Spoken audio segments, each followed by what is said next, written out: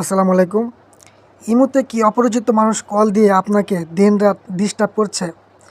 তাহলে এই বিরক্তকর কলগুলো এখনই বন্ধ করুন চিরতরে। তো তার জন্য সর্বপ্রথম আপনার চলে যেতে হবে ইমো অ্যাপে, ঠিক আছে? ইমো অ্যাপের উপরে একটা ক্লিক করবেন। ক্লিক করার পর এখান থেকে আপনি দেখতে পাচ্ছেন যে প্রোফাইল নামের একটা আইকন বাম পাশে, এই প্রোফাইল আইকনের উপরে একটা ক্লিক করবেন।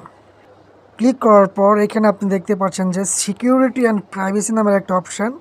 এই সিকিউরিটি অ্যান্ড প্রাইভেসি অপশানের উপরে একটা ক্লিক করবেন। ক্লিক করার পর এখান থেকে স্ক্রল ডাউন করে একটু নিচে চলে আসবেন।